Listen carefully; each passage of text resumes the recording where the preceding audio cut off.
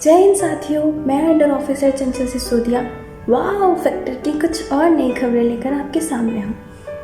Wow factor की शुरुआत करते हुए मेरे साथियों ने आपको कई सकारात्मक खबरें सुनाई थी।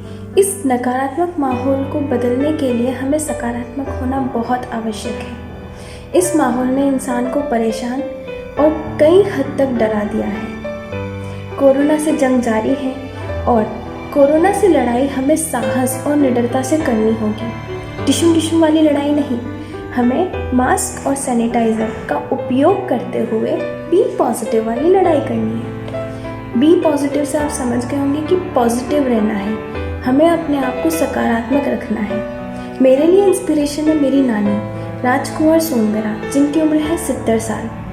कुछ समय पहले वे कोरोना पॉजिटिव थी और हॉस्पिटल में बेड्स वगैरह भी अवेलेबल नहीं थे, तो वे घर आ गई, क्वारंटीन किया और अपने बेटे और बहू किसी को भी अपने पास आने से मना कर दिया। उन्होंने हिम्मत नहीं हारी।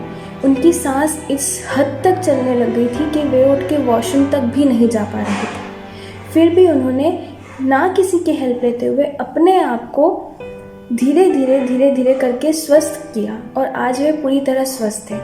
मेरे लिए ये मेरी इंस्पिरेशन है और इसी तरह की खबरें आपको बताने के लिए मेरे साथ हैं। सकारात्मक सोच क्या कुछ नहीं कर सकती है, आइए जानते हैं इस स्टोरी में। नमस्कार, मैं कैडेट कोमल कमाली वाव फैक्टर के अंतर्गत आपको बताने जा रही हूँ कि किस तरह हम एक सकारात्मक सोच के साथ चल रहे इस महामारी के दौर में कैसे दूसरों की मदद कर सकते हैं। आइए जानते हैं। गुजरात के अहमदाबाद के एक कपल रसिक मेहता और उनकी पत्नी कल्पना मेहता, इन्होंने महामारी के चलते अपने एकमात्र पुत्र को खो दिया। उसके बाद उन्होंने एक सकारात्मक सोच के साथ इस भयंकर संकट में दूसरों की जान बचाने की ठानी। कल्पना मेहता और रसिक मेहता ने अपनी 15 लाख की एफडी तुड़वाकर, जो अभी तक मैच्योर नहीं हुई थी, उसे पेशेंट की मदद के लिए दिए।